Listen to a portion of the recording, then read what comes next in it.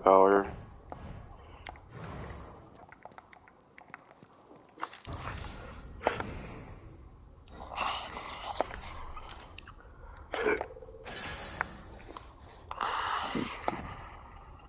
You thought we were getting screwed over by our parent company. When I started realizing that things were deteriorated to the up beyond repair with the company that we were at the time, with Smosh, I made the decision that I think I need to leave this thing. And I think there's probably some world where I could have stuck around and just kind of like been like, well, it's okay. They want to do all these things. It doesn't need to be perfect. I'll just do what I do best. Right. But I felt like it had almost spiraled out of control to the point where it wasn't anything that I could enjoy anymore.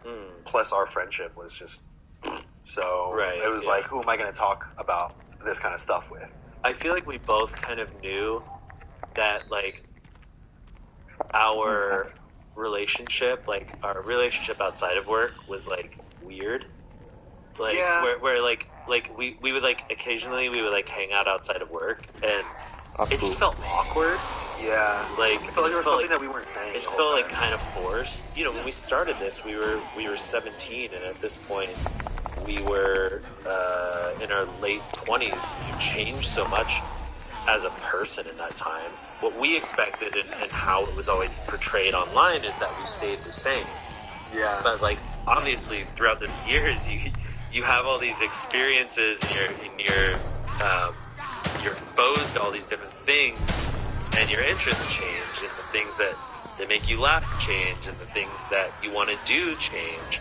But I feel like whenever we got together, we kept trying to replicate the same things that we enjoyed when we were, like, 17. Yeah. You know? So it was like, it just felt forced because it was like, oh, maybe we don't have, like, all the same interests that we used to, and maybe we want to spend our time in, like, in a different sort of way. No. And that's not ever something that we talked about. No. Like, it was just like, Hey, hang out and, like, Kaya, knock it off.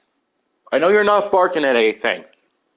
I don't know, play some, like, Mario Kart or something. Yeah. It just felt like we were just it was just very surface level. Surface level, yeah. It was like, here's what I'm doing. You're doing that thing too?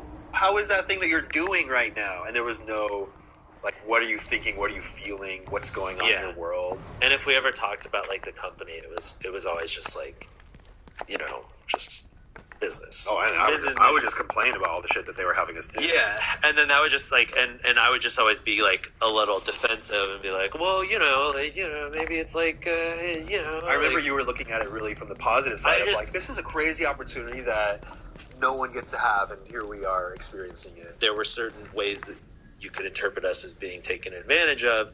I still saw it as, like, let's not like, ruin a good thing. Like, I just, like, for me, it's like, I was just, like, holding on to this thing because after this time, like, we've seen mostly every channel that came up with us go away. And so, like, I think I found myself kind of being, like, the mediator between, like, the issues you had with the company and the things that the company, like, wanted to do. In my own interpretation, I was like, I guess Ian's fine getting taken advantage of, and, we didn't talk about that. But it is true. I started to get into a really negative mindset. I was frustrated with everything. I had nowhere to. I'd never been to therapy, nor did I have the concept of speaking about my emotions at all. Sure. So I was just holding on to all these frustrations, and I guess you were the only person I would vent to about my frustrations with the company. Well, because I'm probably the only person that has the same experiences and understanding as you. But then I felt like you didn't really hear me because you were looking at it from a positive mindset. Yeah. And I know you understood to a certain degree, but I think it was easier for you to be like, yeah, those things suck, but we could just kind of let that go, and it's just the way it is. Yeah, exactly. Yeah. Did you just constantly feel positive about it? I think for me, I just thought about the opportunity always, but I think I was also, like, operating on, like, to a certain degree, like, I was operating on, like, fear of, like, I don't want to lose this thing.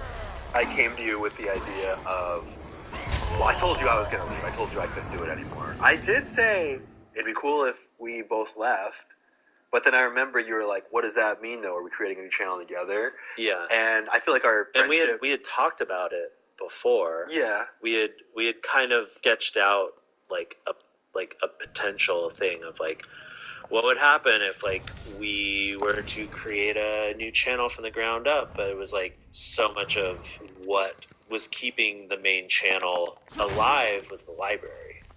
Yeah. The library of content, people going back and watching all of our older videos was what made that business model work, because making sketch comedy is not cheap. No. The idea of just starting something over, but it being the same thing, but just without a parent company, wasn't attractive to me, because I was like, we're just starting over and doing the same thing. Yeah, I tried to get you to leave with me for a bit, but I could tell that you. I don't think you tried that hard. I didn't try that hard. You said I don't want to, and I said okay. Yeah. So I was like, we're not even that great of friends anyway. Well, by that point. Yeah. I mean, I think at our core, it didn't feel right. Yeah. It just didn't make sense to me. Me leaving Smosh did not go well for me at first. It was a little cringe. Oh, a little cringe. Okay. And we've never talked about this part. No. Yeah, I was floundering around, not knowing what I was supposed to do. Okay, I wouldn't say it was like that. I'm just nagging you. It was pretty cringe. It wasn't like, look. It was very clear what was going. Like, I could see very clearly like what you were doing and like what was going on. It was very clear that you were trying to find your individual creative voice. And with the types of videos you were putting out, it felt very much like you throw this out and see if that would stick, you throw that out, see if that would stick, you get excited about something. I could tell like there was like a time when I think you were watching like Nathan For You, and you were like getting excited about this one kind of like style. Yeah, you read me like a book. Well, I mean, it was clear. It's like, you know, we had come up with like this certain like creative voice, and it was very clear like when you left you had to find your own voice. Yeah. And that kind of stuff doesn't happen immediately. No, and it sucks when you have millions of people watching you try to find your voice and judging, and then I'm judging myself. Yeah. The comments saying you're nothing without Smosh. Smosh is better off without you. And all these types of comments got into my head that I'm nothing without this thing that I made. I think that I'm supposed to be doing comedy because that's what I did before, but then I'm trying to find my own voice within that, which just didn't feel right, and there was no structure to anything I was making. Yeah. And it was, I mean, I felt horrible. It was embarrassing. And yet we never talked about it. I don't think you ever mentioned my content to me, ever. No. Well, we also didn't really talk that much at that time. True. But, I remember I walked by you, we saw each other in, like, the lobby of a hotel at VidCon. I think I was wearing the shirt that shirt right there. I was wearing my interview shirt, and you're like, oh, what are you doing? You're going to go interview? And I felt this little sense of judgment about what I was doing. I was like, whoa, we've never talked about what I do at all anyway. But I felt this resentment that you had when I left Smosh. And I felt like when I first told you that I was going to leave, it felt like it was all fine. And you were like, okay, we'll figure it out. And I remember, I brought you over here and I told you that, this was the plan, and you texted me afterwards, and you had an inside reference to this old song that we used to listen to, the Refuse song, Ten Houser. Oh, sure. And you mentioned that you played that, and it was like a closing of a chapter. Yeah. It was like this emotional, positive moment of where there's this new chapter that we're gonna face separately now, and I felt like that quickly diminished, and there was some resentment that you started to have. Well,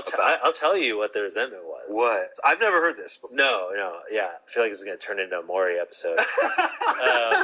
This is why we came here. No, you left Smosh, and then you didn't want to have anything to do with Smosh. Yeah. And you, didn't have any contact with anyone after that. Didn't really talk to anybody, and you didn't want to be in any collabs. You completely severed yourself after that point. For me, I was like, seems like Mhm. us collaborating would be like a no-brainer. Like, this could be great. Like, you know, you come on our stuff, we go on your stuff, whatever. Like, it seemed like it would be like a great like relationship. But you completely like, you know, set up your boundaries, and that for me was like really frustrating. I didn't understand like why it was like such a rule that we couldn't do videos, but I did understand it from like a personal level, because, you know, Smosh is so intertwined with both of our identities. Like, if we go out in public and get recognized, more often than not, somebody's going to say Smosh. And so I think, like, for as long as, you know, we are recognized in public, it's all like 9 times out of 10, or maybe now.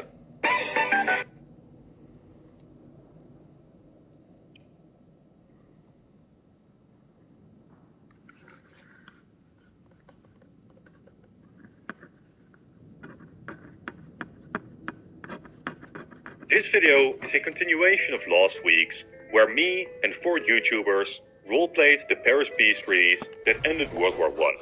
If you haven't watched that one yet, I will spoil the end results of that one in this video. Alright, so final chance to take away. This is the map we ended up with in that video. Now, a couple of things stand out immediately. Southern Germany has gone to the Habsburgs. The Habsburgs have barely lost any territory, and Serbia and Bulgaria are in a union. Oh, and yeah, all 3 original Entente members have turned communist. How did this happen? Well, America really wanted to create a large, independent Arab state, but France and Britain sought to carve out their own empires in the region. When the Americans came out on top in negotiations by giving the Italians Albania and Dalmatia, the very upset French and British delegates both declared revolution. Following this revolutionary declaration, a federative union formed between the two, with their intentions to overthrow the other European states was not very well hidden. In response, America, Germany, Austria-Hungary, and Italy declared their intention to stamp out this revolution. But would it really be this simple?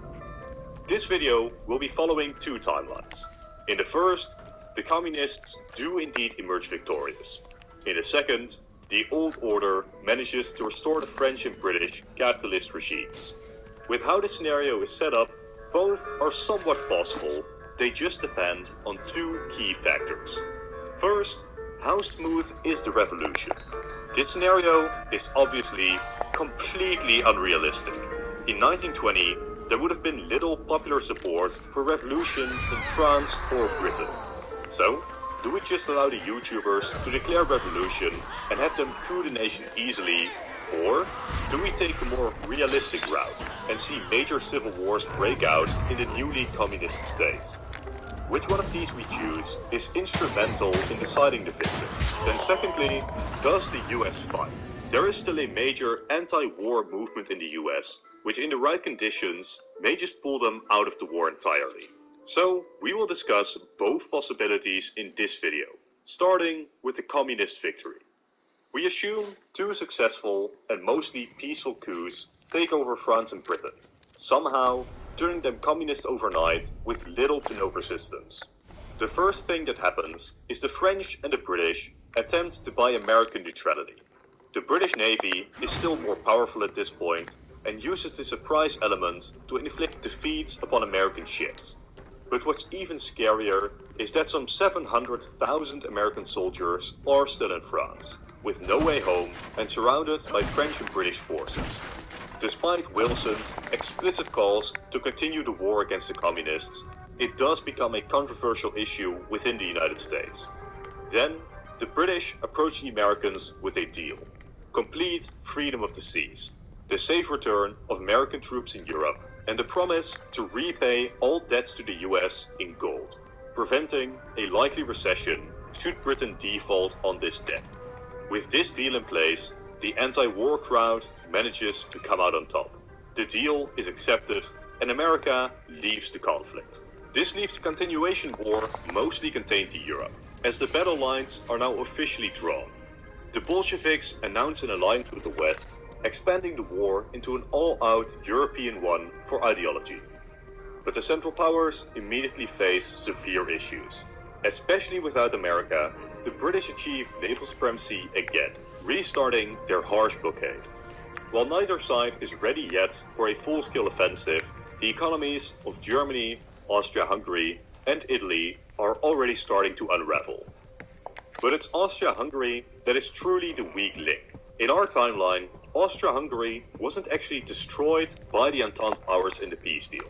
By the time the peace deal was signed, it already looked like this. This means that, to achieve the borders we got at our alternate conference, the great powers would need to force a reunification of an already collapsed empire. Why does this matter? Because now, upon the outbreak of another war, Austria-Hungary still has to deal with the same nationalist revolutions. Likely, several of these would align with the communist revolutionaries, making the Central Powers' position even worse.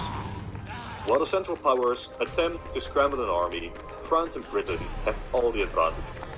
Germany just isn't strong enough anymore to halt the West, while Austria-Hungary is actively collapsing.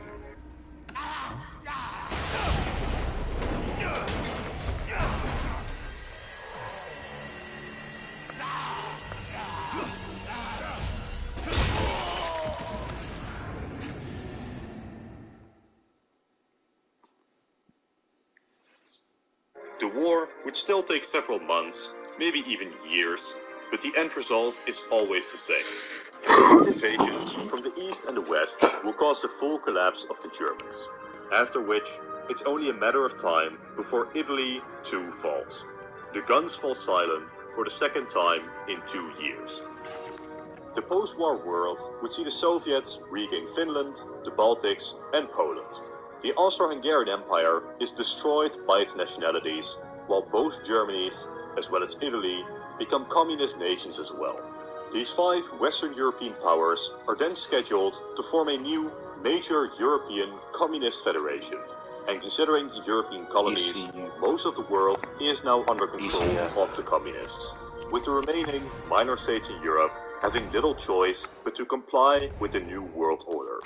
But hey, at least America got their loans back. That is, assuming the communists even respect that agreement now that Europe is under their control.